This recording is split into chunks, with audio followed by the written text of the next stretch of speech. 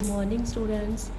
ਆਪਾਂ ਇਕਨੋਮਿਕਸ ਦਾ ਲੈਸਨ ਕਰ ਰਹੇ ਸੀ ਬੇਸਿਕ ਕੰਸੈਪਟ, ਤੇ ਉਸ ਦੇ ਵਿੱਚ ਅੱਜ ਨੈਕਸਟ ਕੰਸੈਪਟ ਕਰਾਂਗੇ ਪੋਵਰਟੀ ਲਾਈਨ, ਗਰੀਬੀ ਰੇਖਾ। The concept of poverty line is used to measure poverty in the country। poverty line the concept ਕਿਉਂ ਵਰਤਿਆ ਜਾਂਦਾ ਹੈ? poverty ਨੂੰ, ਇੰਡੀਆ ਦੇ ਵਿੱਚ ਗਰੀਬੀ ਨੂੰ ਜਿਹੜਾ ਹੈਗਾ ਹੈ ਮੈਜ਼ਰ ਕਰਨ ਦੇ ਵਾਸਤੇ। The people who are living below poverty line are called poor। ਹੁਣ ਜੇ ਇਸ ਤੋਂ ਆਪਾਂ ਮੈਜ਼ਰ ਕਰਾਂਗੇ, ਜਿਹੜੇ ਲੋਕ ਇਸ ਪੋਵਰਟੀ ਲਾਈਨ ਦੇ ਨੀਚੇ ਰਹਿੰਦੇ ਆ ਤਾਂ ਉਹਨਾਂ ਨੂੰ ਅਸੀਂ ਕੀ ਕਵਾਂਗੇ? ਉਹ ਪੂਅਰ ਮੰਨੇ ਜਾਂਦੇ ਆ। Poverty line signify a sum that is needed by a person to meet his minimum consumptions need per month। Poverty line ਇਸ ਤਰ੍ਹਾਂ ਦੀ ਅਮਾਊਂਟ ਹੈ, ਇਸ ਤਰ੍ਹਾਂ ਦੀ ਜਿਹੜੀ ਹੈਗੀ ਆ, ਆਪਾਂ ਮੰਨ ਸਕਦੇ ਹਾਂ ਕਿ ਉਹ ਅਮਾਊਂਟ ਜਿਹੜੀ ਕਿਸੇ ਆਦਮੀ ਨੂੰ ਜ਼ਰੂਰਤ ਹੁੰਦੀ ਆ ਆਪਦੀਆਂ ਘੱਟ ਤੋਂ ਘੱਟ ਲੋੜਾਂ ਦੀ ਪੂਰਤੀ ਦੇ ਵਾਸਤੇ ਇੱਕ ਮੰਥ ਦੇ ਵਿੱਚ, ਉਸ ਨੂੰ ਅਸੀਂ ਪੋਵਰਟੀ ਲਾਈਨ ਕਹਿੰਦੇ ਹਾਂ। In other words, we mean sum which is required by a person monthly। ਉਹ ਅਮਾਊਂਟ ਜਿਹੜੀ ਕਿ ਇੱਕ ਆਦਮੀ ਨੂੰ ਚਾਹੀਦੀ ਹੁੰਦੀ ਹੈ ਪਰ ਮੰਥ ਦੇ ਵਿੱਚ to meet his minimum needs, ਆਪਦੀਆਂ ਘੱਟ ਤੋਂ ਘੱਟ ਲੋੜਾਂ ਦੀ ਪੂਰਤੀ ਦੇ ਵਾਸਤੇ। ਉਹ ਜ਼ਰੂਰਤਾਂ ਕਿਹੜੀਆਂ? ਜਿਵੇਂ ਆਪਾਂ ਕਹਿੰਦੇ ਨੇ ਰੋਟੀ, ਕੱਪੜਾ, ਮਕਾਨ, food, clothing, housing, education, health, ਜਿਹੜੀਆਂ ਬੇਸਿਕ ਲੋੜਾਂ ਉਹਨਾਂ ਦੀ ਪੂਰਤੀ ਦੇ ਵਾਸਤੇ ਜਿੰਨਾ ਵੀ ਅਮਾਊਂਟ ਚਾਹੀਦਾ ਹੁੰਦਾ ਹੈ ਘੱਟ ਤੋਂ ਘੱਟ ਲੋੜਾਂ ਨੂੰ ਪੂਰੀਆਂ ਕਰਨ ਵਾਸਤੇ, ਉਹਨੂੰ ਅਸੀਂ ਕੀ ਕਹਿੰਦੇ ਨੇ? ਪੋਵਰਟੀ ਲਾਈਨ ਕਹਿ ਦਿੰਦੇ ਹਾਂ ਉਹਨੂੰ ਅਸੀਂ। Limits of poverty line in India.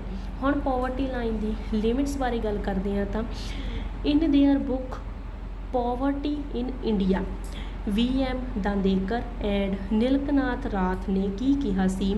ਉਹ ਕਹਿੰਦੇ all those who do not get food, ਉਹ ਲੋਕ ਜਿਨ੍ਹਾਂ ਨੂੰ ਕਿ 2250 ਕੈਲਰੀ ਤੱਕ ਵੀ ਭੋਜਨ ਨਹੀਂ ਮਿਲਦਾ ਇੱਕ ਦਿਨ ਦੇ ਵਿੱਚ, ਉਹਨਾਂ ਨੂੰ ਪੂਅਰ ਕਿਹਾ ਜਾਂਦਾ ਹੈ।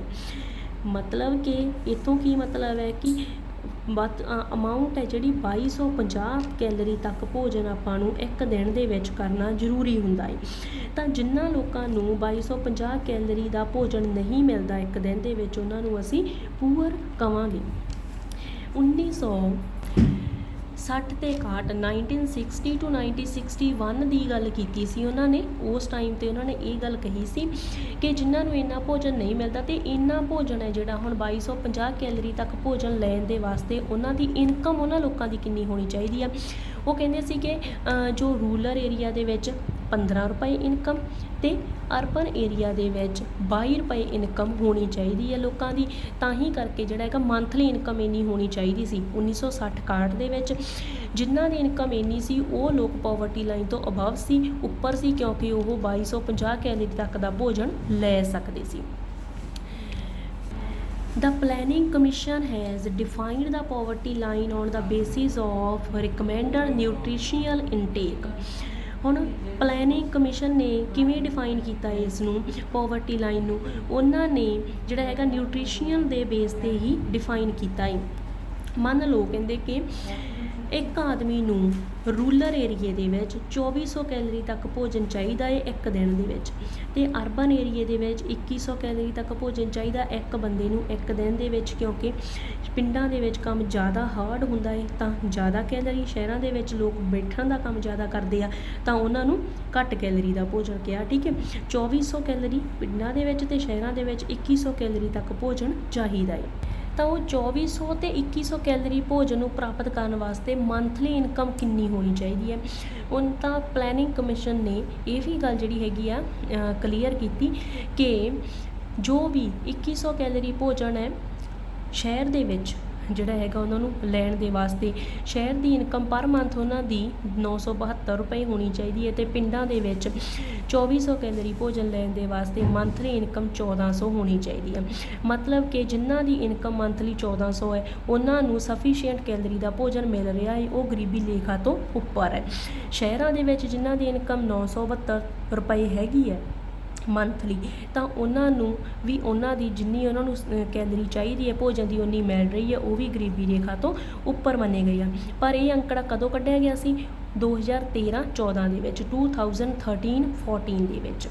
ਤਾਂ ਉਸ ਟਾਈਮ 'ਤੇ ਕੀ ਪਾਇਆ ਗਿਆ ਕਿ 21.9% of people was below poverty line in India during 2011 and 12 2011-12 ਦੇ ਵਿੱਚ 2011 ਤੋਂ 12 ਦੇ ਵਿੱਚ ਇਹ ਰਿਜ਼ਲਟ ਕੱਢਿਆ ਗਿਆ ਸੀ ਕਿ 21.9% ਤੱਕ ਇਹੋ ਜਿਹੀ ਪੋਪੂਲੇਸ਼ਨ ਹੈ ਜਿਹੜੀ ਕਿ ਪੋਵਰਟੀ ਲਾਈਨ ਤੋਂ ਥੱਲੇ ਰਹਿ ਰਹੀ ਹੈ। ਮਤਲਬ ਉਹਨਾਂ ਦੀ ਨਾ ਤਾਂ ਇੰਨੀ ਇਨਕਮ ਹੈ ਅਤੇ ਨਾ ਹੀ ਉਹ ਸਫੀਸ਼ੀਐਂਟ ਕੈਲਰੀ ਭੋਜਨ ਲੈ ਰਹੇ ਆ, ਉਹਨਾਂ ਨੂੰ ਘੱਟ ਭੋਜਨ ਮਿਲ ਰਿਹਾ ਹੈ। ਅੱਗੇ ਆਪਣਾ ਦੂਸਰਾ ਕੰਸੈਪਟ ਹੈ ਗਰੋਥ ਰੇਟ। ਗਰੋਥ ਰੇਟ ਕੀ ਹੁੰਦਾ ਹੈ?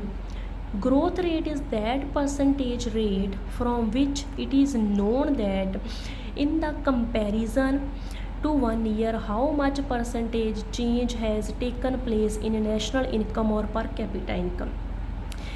परसेंटेज जो ग्रोथ रेट है ਉੱਥੋਂ ਇਹ ਪਤਾ ਲੱਗਦਾ ਕਿ ਕਿਸੇ ਸਾਲ ਦੇ ਕੰਪੈਰੀਜ਼ਨ ਕਿੰਨਾ ਕੁ ਜ਼ਿਆਦਾ ਪਰਸੈਂਟੇਜ, ਕਿੰਨੀ ਪਰਸੈਂਟੇਜ ਤੱਕ ਚੇਂਜ ਆਇਆ ਹੈ, ਕਿੰਨੀ ਪਰਸੈਂਟੇਜ ਤੱਕ ਵਾਧਾ ਹੋਇਆ ਹੈ ਨੈਸ਼ਨਲ ਇਨਕਮ ਦੇ ਵਿੱਚ ਜਾਂ ਪਰ ਕੈਪੀਟਾ ਇਨਕਮ ਦੇ ਵਿੱਚ ਇਨ ਐਨੀ ਅਦਰ ਈਅਰਸ। ਇੱਕ ਸਾਲ ਦੇ ਵਿੱਚ ਕਿੰਨਾ ਵਾਧਾ ਹੋਇਆ ਬਾਕੀ ਈਅਰਸ ਦੇ ਮੁਕਾਬਲੇ, ਮਤਲਬ ਕੰਪੈਰੀਜ਼ਨ ਕੀਤਾ ਜਾਂਦਾ ਹੈ, ਉਸ ਨੂੰ ਅਸੀਂ ਗਰੋਥ ਰੇਟ ਕਹਿੰਦੇ ਹਾਂ ਵੀ ਕਿੰਨੀ ਗਰੋਥ ਹੋਈ ਹੈ ਰੇਟ ਦੇ ਵਿੱਚ, ਇਨਕਮ ਦੇ ਵਿੱਚ ਕਿੰਨੀ ਕੁ ਗਰੋਥ ਹੋਈ ਹੈ।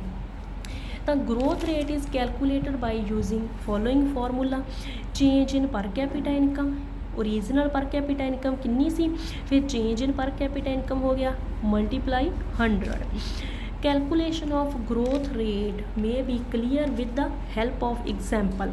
ਹੁਣ ਆਪਾਂ ਐਗਜ਼ਾਮਪਲ ਦੇ ਨਾਲ ਕਲੀਅਰ ਕਰਾਂਗੇ ਵੀ ਕੈਲਕੂਲੇਸ਼ਨ ਕਿਵੇਂ ਹੁੰਦੀ ਆ ਗਰੋਥ ਰੇਟ ਦੀ। ਸਪੋਜ਼ 2001 ਦੇ ਵਿੱਚ ਕੀ ਸੀ, ਪਰ capita income of India, India ਦੀ ਪਰ ਕੈਪੀਟਾ ਇਨਕਮ ਕਿੰਨੀ ਸੀ,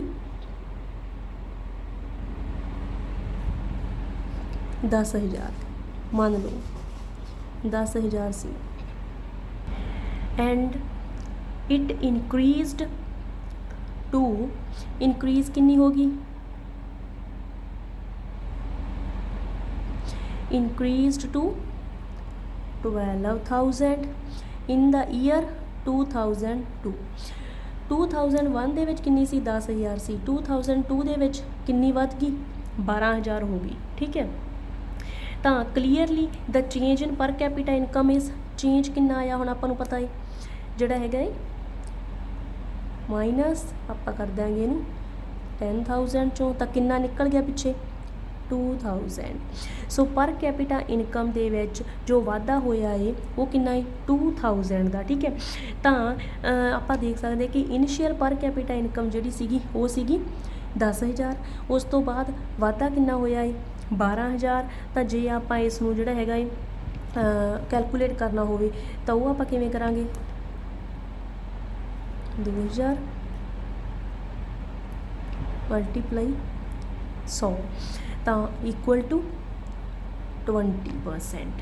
ਠੀਕ ਹੈ, ਇਸ ਤਰੀਕੇ ਦੇ ਨਾਲ ਆਪਾਂ ਵੀ change in per capita income, change ਕਿੰਨਾ ਹੋਇਆ ਸੀ 2000 ਦਾ, ਓਰੀਜਨਲ ਪਰ ਕੈਪੀਟਾ ਇਨਕਮ ਕਿੰਨੀ ਸੀ, ਉਹ 10,000 ਸੀ, ਪਹਿਲਾਂ ਆਪਾਂ ਕਰ ਚੁੱਕੇ ਹੈ ਨਾ, ਮਲਟੀਪਲਾਈ 100 ਹੋ ਗਿਆ, ਤਾਂ ਕਿੰਨਾ ਨਿਕਲਿਆ ਹੈ 20% ਤੱਕ ਚੇਂਜ ਹੋਇਆ ਹੈ। 20% ਤੱਕ ਗਰੋਥ ਰੇਟ ਹੈ ਜਿਹੜੀ ਪਰ ਕੈਪੀਟਾ ਇਨਕਮ ਦੇ ਵਿੱਚ ਕਿੰਨਾ ਗਰੋ ਹੋਇਆ ਹੈ, ਕਿੰਨੀ ਜਿਹੜੀ ਹੈਗੀ ਆ ਵੀ ਇਨਕਰੀਜ਼ ਹੋਇਆ ਹੈ, 20% ਤੱਕ ਦਾ ਹੋਇਆ। ਇਸ ਤਰੀਕੇ ਨਾਲ ਆਪਾਂ ਗਰੋਥ ਰੇਟ ਨੂੰ ਜਿਹੜਾ ਹੈਗਾ ਹੈ ਕੈਲਕੂਲੇਟ ਕਰ ਸਕਦੇ ਹਾਂ। ਸੋ ਗਰੋਥ ਰੇਟ ਇੱਕ ਵਾਰ ਮੈਂ ਫਿਰ ਤੁਹਾਨੂੰ ਦੱਸ ਦੇਵਾਂ ਕਿ ਜਿਹੜਾ ਹੈਗਾ ਇੱਕ ਸਾਲ ਦੇ ਵਿੱਚ ਬਾਕੀ ਸਾਲਾਂ ਦੀ ਬਜਾਏ ਬਾਕੀ ਸਾਲਾਂ ਦੇ ਕੰਪੈਰੀਜ਼ਨ ਇੱਕ ਸਾਲ ਦੇ ਵਿੱਚ ਕਿੰਨੀ ਪਰਸੈਂਟੇਜ ਤੱਕ ਜਿਹੜੀ ਹੈਗੀ ਚੇਂਜ ਆਇਆ ਹੈ ਨੈਸ਼ਨਲ ਇਨਕਮ ਦੇ ਵਿੱਚ ਜਾਂ ਪਰ ਕੈਪੀਟਾ ਇਨਕਮ ਦੇ ਵਿੱਚ, ਉਸ ਨੂੰ ਅਸੀਂ ਕੀ ਕਹਿ ਦਿੰਦੇ ਹਾਂ, ਗਰੋਥ ਰੇਟ ਕਹਿ ਦਿੰਦੇ ਹਾਂ। ਸੋ ਇਸ ਦੇ ਨਾਲ ਆਪਣੇ ਅੱਜ ਬੇਸਿਕ ਕੰਸੈਪਟ ਵਾਲਾ ਲੈਸਨ ਹੈ ਜਿਹੜਾ ਕੰਪਲੀਟ ਹੋ ਚੁੱਕਿਆ ਹੈ। I hope you will better understand all these topics. Thank you.